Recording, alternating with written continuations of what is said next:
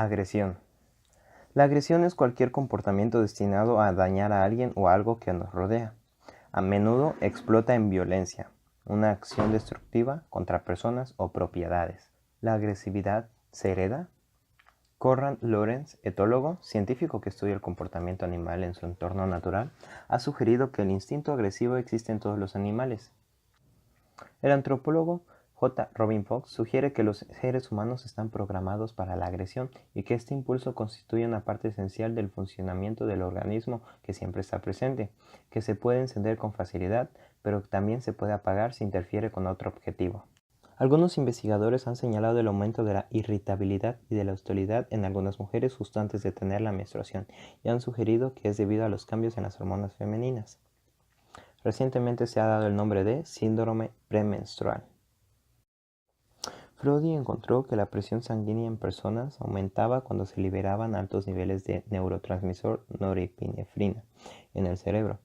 Niveles bajos de glucosa en la sangre que producen un estado hipoglucemia también está implicado en la agresión. Entre el tipo de acontecimientos generadores de respuestas agresivas se encuentra la frustración, impedir la consumación de un comportamiento dirigido a una meta, los insultos y las evaluaciones negativas. Frustración. La frustración no siempre produce agresión, solo lleva a ella si es intensa, inesperada o arbitraria. Insultos y evaluación negativa. Los niños aprenden desde temprana edad que casi siempre las personas se enfadan si alguien se burla de ellas. Y los investigadores han confirmado el poder de los insultos para provocar la agresividad y comportándose de una manera grosera con los objetos experimentales o cuestionando de su inteligencia. ¿Cómo aprendemos a ser agresivos? Aprendemos de la gente que nos rodea. Los padres normalmente enseñan a sus hijos a no pegar primero a los demás, a no pegar a los niños más pequeños y a no pegar a los padres. Pero cuando estos dicen a sus hijos que no pegan a los demás y ellos mismos les pegan, les están enviando mensajes confusos que proporcionan un doble incentivo hacia la violencia. También aprendemos de las actitudes de la sociedad. Cuando los científicos sociales comparan las sociedades violentas con otras menos violentas, encuentran una serie de diferencias.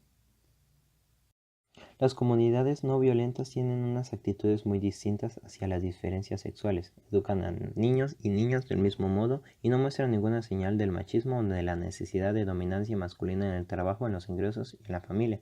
Aunque algunos opinan que el ver conductas agresivas e incluso actuar agresivamente en un grado limitado ayuda a descargar la agresividad, es muy limitada la base para semejante creencia.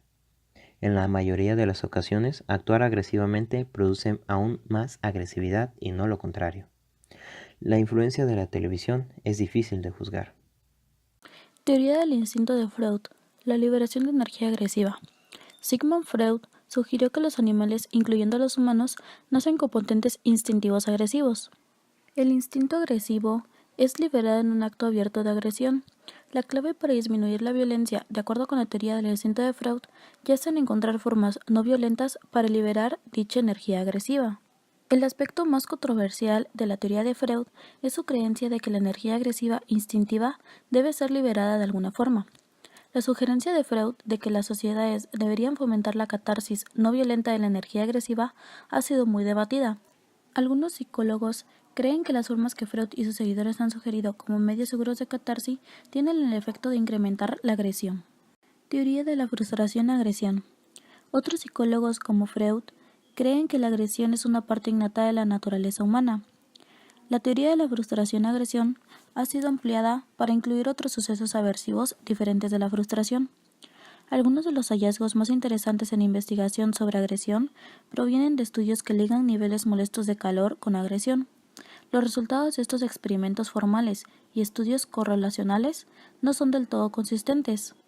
Teoría del aprendizaje social. Para Freud, la gente tiene una necesidad de agredir, la cual debe ser liberada. De acuerdo con la hipótesis de frustración-agresión, las personas se agreden solo en respuesta a frustración u otras circunstancias adversas. Albert Bandura y otros teóricos del aprendizaje social creen que las personas son agresivas solo si han aprendido que el ser agresivas les beneficia. Los teóricos del aprendizaje social no niegan que la frustración puede volvernos más propensos a estar enojados y agresivos, pero afirman que solo actuaremos agresivamente en reacción a la frustración si lo hemos aprendido. Los teóricos del aprendizaje social entran en conflicto directo como Freud respecto al tema de la catarsis. Teoría cognoscitiva de la agresión. Las teorías cognoscitivas de la agresión han sido desarrolladas en un intento por explicar tanto la agresión entre individuos como las continuas guerras entre naciones. Eidelson enlistan 5 creencias que consideran fomentan la guerra. La número 1 es la superioridad, la creencia de que un grupo de personas es superior a otro por razones religiosas, raciales u otras, vuelve más fácil considerar eliminar a las personas supuestamente inferiores. La 2, víctimas de la injusticia. Muchos grupos de personas creen que han sido víctimas de la injusticia, aunque pueden tener buenas razones para creer que han sido victimizados. La número 3 es la vulnerabilidad. La creencia de que tu grupo es vulnerable al ataque de otro es a veces utilizado para justificar agresión preventiva. La 4, desconfianza. Algunos grupos creen que otros no están actuados de buena fe, sino que son hostiles e intentan perjudicarlos. Esta creencia es utilizada para retratar al enemigo como maligno y justificar la guerra contra ellos. La última es la impotencia. Algunos grupos sienten que no pueden resolver sus problemas mediante trabajo duro y negociación pacífica. Para satisfacer nuestra ilimitada curiosidad, empezamos de pequeños a tocar, a meternos nuevos objetos en la boca, a dar nuestros primeros y vacilantes pasos para alejarnos del hogar. A medida que vamos creciendo, continuamos procesando la información que nos llega a través de nuestros sentidos, exploramos los alrededores, formulamos preguntas, estudiamos, cavilamos y pensamos. Los psicólogos creen que detrás de este comportamiento existe un sistema motivador básico y que la curiosidad y la activación están estrechamente relacionadas. Cuanto más alerta estemos, mejor podremos analizar lo que vemos, oímos y sentimos. Esto quiere decir que necesitamos un nivel relativamente elevado de activación para poder satisfacer nuestra curiosidad. La activación es un estado fisiológico que experimentamos como una capacidad para procesar información. Las ondas cerebrales se pueden medir con un electroencefalograma. Cuando nos hallamos en un estado de activación moderada en el cual estamos alerta y atentos, se produce un aumento de nuestras respuestas fisiológicas, aumenta el ritmo cardíaco y la tensión arterial junto con la liberación de glucosa y otras reacciones que preparan el cuerpo para el gasto de energía. Esto se le denomina activación autonómica. Las neuronas sensoriales estimulan la formación reticular. Los seres humanos normalmente preferimos un nivel moderado de activación, ni tan alto que nos ponga nerviosos y desorganice nuestro comportamiento, ni tan bajo como para que estemos adormilados. Tales diferencias en los niveles de activación preferidos pueden ser heredadas, ya que por lo menos una de las sustancias químicas que regulan esa tendencia está genéticamente determinada. Existe la ley de Yerkes-Dodson, establecida en 1918 por 2 psicólogos, que dice que el nivel óptimo de estimulación varía de acuerdo con lo que se está haciendo. Si es algo muy fácil, lo realizará mejor si está muy activado, mientras que haga una tarea complicada o difícil, la ejecutará mejor si el nivel de activación es algo más bajo. Nuestros cuerpos poseen mecanismos para reaccionar frente a nuevos objetos y sucesos y procesar las reacciones. La mayoría de nosotros estamos sitiados por todos lados de una variedad confusa de sonidos, colores, olores, movimientos y otros muchos estímulos. Otros investigadores han encontrado algunos beneficios en la privación sensorial, entre ellos la capacidad para mejorar la ejecución de ciertas habilidades sensoriales. La mayoría de la gente necesita bastante estimulación sensorial y encuentra el tipo de privación. Conducta de logro. Es posible que intentes alcanzar la calificación más alta del curso, te esfuerces por estar en el cuadro de honor, graduarte con honores y alcanzar la cima en la profesión que has elegido. O puede que te contentes por aprobar el curso, pasar la escuela universitaria y conseguir un empleo que te mantenga, aunque no te augure altos logros. Murray definió la motivación del logro, a menudo expresada como NACH en inglés, como un deseo o tendencia a vencer obstáculos, ejercitar el poder y superar las tareas difíciles lo mejor y más rápidamente posible. En 1953 los psicólogos intentaron medir la fuerza de esta motivación usando la prueba de apercepción temática. La prueba de apercepción temática consiste en un conjunto de láminas que muestran diferentes situaciones. También han aparecido varias características de la personalidad y estilos de comportamiento en personas con una necesidad de logro elevados. Es muy posible que la necesidad de logro sea por lo menos parcialmente heredada. Algunas personas nacen con el impulso de tener éxito. Sea lo fuerte, existen maneras de aumentar el NACH. Dejando aparte las suposiciones personales y anecdóticas, no sabemos si la NACH influye en áreas diversas de la vida personal, porque los investigadores no han intentado descubrir si el que posee una alta motivación de logro resulta tan competitivo en la pista de tenis como en el juzgado, o si por el contrario se dan diferentes motivaciones de logro en diferentes áreas de sus vidas. Teorías de la emoción. Las principales teorías de la emoción consideran a esta un sentimiento bien fisiológico, bien cognitivo o bien como un producto de la interacción de factores físicos y mentales. Teoría de James Lange. Dos científicos que trabajaron al mismo tiempo, el psicólogo William James y el psicólogo Carl Lange, llegaron a puntos de vista tan parecidos que podemos considerar sus contribuciones de forma conjunta. Ambos dudaron de la suposición tradicional de que primero se vive algún suceso. Tanto James como Lange arguyeron en favor de una inversión de esta secuencia, es decir, que la base de las emociones deriva de nuestra percepción de las sensaciones fisiológicas, como los cambios en el ritmo cardíaco y la tensión arterial, y las contracciones de los músculos viscerales y del esqueleto. La realimentación de las respuestas fisiológicas no es necesaria para experimentar una emoción, aunque pueda ser importante. Otros demostraron cómo la realimentación de nuestras respuestas fisiológicas puede contribuir para producir una respuesta emocional más intensa. Carl Lange propuso de manera independiente la misma teoría de James Lange de la emoción. Crítica de Cannon a la teoría de James Lange. Dado que tendemos a sentir las emociones a lo largo de todo el cuerpo, más que solo en nuestras cabezas, la teoría de James Lange tiene sentido. El biólogo Walter Cannon publicó un conjunto de fuertes críticas a la teoría de James Lange. Los 4 puntos principales son los siguientes. Cannon concluyó que la experiencia de la emoción no puede basarse en la realimentación de órganos viscerales activados. James planteó la hipótesis de que la realimentación tanto de los órganos viscerales como de los músculos esqueléticos contribuye a la experiencia emocional. Los órganos viscerales responden con relativa lentitud a situaciones estresantes, según Cannon, como para generar la casi instantánea experiencia emocional concerniente. James pensó que también estaba involucrada la realimentación de los músculos esqueléticos, los cuales responden rápidamente y proporcionan realimentación instantánea al encéfalo. Las reacciones fisiológicas que acompañan a las diferentes emociones son tan similares que resulta difícil ver cómo una persona podría sentir emociones claramente diferentes como el temor y la ira, simplemente a partir de la primera realimentación sensorial proporcionada por la activación del sistema nervioso autónomo. Isard cree que la realimentación aferente no proviene de los órganos de reacción lenta que son activados difusamente por el sistema nervioso autónomo. Más bien, la realimentación sensorial más importante proviene de los músculos faciales.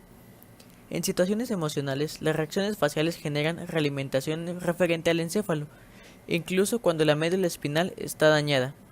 Generan realimentación casi instantánea al encéfalo. Son diferentes para cada emoción y por lo tanto generan realimentación aferente específica para cada emoción y no están influidas por la epinefrina. Existe sólida evidencia experimental para la versión de Isard de la teoría de James Lange. La teoría de Isard está respaldada por estudios conducidos tanto en culturas occidentales como no occidentales, que sugieren que las expresiones faciales humanas son de manera asombrosa similares alrededor del mundo. Estas son 6: ira, repugnancia, felicidad, tristeza, sorpresa y temor. Hoy en día existe evidencia de que la actividad del encéfalo en la corteza somatosensorial, la cual está involucrada en la percepción de sentimientos en el cuerpo, juega un rol clave en la experiencia de la emoción. Teoría de Cannon-Bard argumentó en contra de la posición de James Lange. Cuando una persona está nerviosa, enfadada o tiene miedo, aumenta el ritmo cardíaco, la velocidad de la respiración y los músculos se tensan. El que el individuo normalmente no es consciente de los cambios internos y que incluso los animales que por intervenciones quirúrgicas no fueron capaces de experimentar estas sensaciones fisiológicas manifestaron reacciones emocionales típicas. Teoría de Schachter-Singer. Las emociones dependen de una doble apreciación cognitiva, cómo evaluamos el suceso y cómo identificamos lo que está pasando en nuestro cuerpo. Parece seguro que el incremento de la activación puede intensificar una emoción que ya existe. Teoría de la realimentación facial. Nuestras expresiones faciales nos conducen a la emoción. En una investigación sobre la emoción, aparecieron en este estudio 2 conjuntos de significativos descubrimientos. Primero, se encontró que las respuestas fisiológicas eran diferentes según la emoción que estudiaban. Los corazones, por ejemplo, latían más rápidamente en situaciones de ira y miedo que en la de felicidad. Parece ser verdad, por tanto, que diferentes emociones provocan diferentes respuestas, por lo menos hasta cierto punto. Esto indica también que la teoría de James Lange, descrita anteriormente, parece tener cierta validez. Recibimos realimentación de nuestros cuerpos y a menudo recibimos diferentes tipos de realimentación ante distintas emociones. El otro descubrimiento interesante fue que cuando los individuos se limitaban a mover sus músculos faciales, generaban señales fisiológicas de emoción más pronunciadas que cuando pensaban en experiencias emocionales. Teoría cognoscitiva. Una teoría más contemporánea de la emoción sostiene que la interpretación cognoscitiva de los estímulos emocionales, tanto en el exterior como en el interior del cuerpo, constituyen el suceso clave en las emociones. Los teóricos principales en el desarrollo de la teoría cognoscitiva de la emoción son Magda Arnold, Albert Ellis y Stanley Schachter y Jerome Singer. De acuerdo con estos teóricos, el proceso de la interpretación cognoscitiva en las emociones presenta dos pasos. El primer paso es la interpretación de los estímulos entrantes. La interpretación del estímulo no es el estímulo en sí, causa de la reacción emocional. De este modo, en la teoría cognoscitiva de la emoción, la información del estímulo viaja primero a la corteza cerebral, donde es experimentada e interpretada. Posteriormente se envía un mensaje al sistema límbico y al sistema nervioso autónomo, lo que resulta en activación fisiológica. El paso 2 es la interpretación de los estímulos corporales. Esta resulta de la activación del sistema nervioso autónomo. La teoría cognoscitiva se parece a la de James Lange, en que enfatiza la importancia de los estímulos corporales internos en la experiencia de la emoción, pero va más allá al sugerir que la interpretación cognoscitiva de estos estímulos es más importante que los estímulos internos en sí. Interacciones químico-cognitivas en la emoción. Se ha descubierto que el modo de sentir, pensar y actuar afecta a las sustancias químicas que secretan el organismo. Los machos en una situación de dominancia, por ejemplo, parecen secretar mayor cantidad del neurotransmisor serotonina.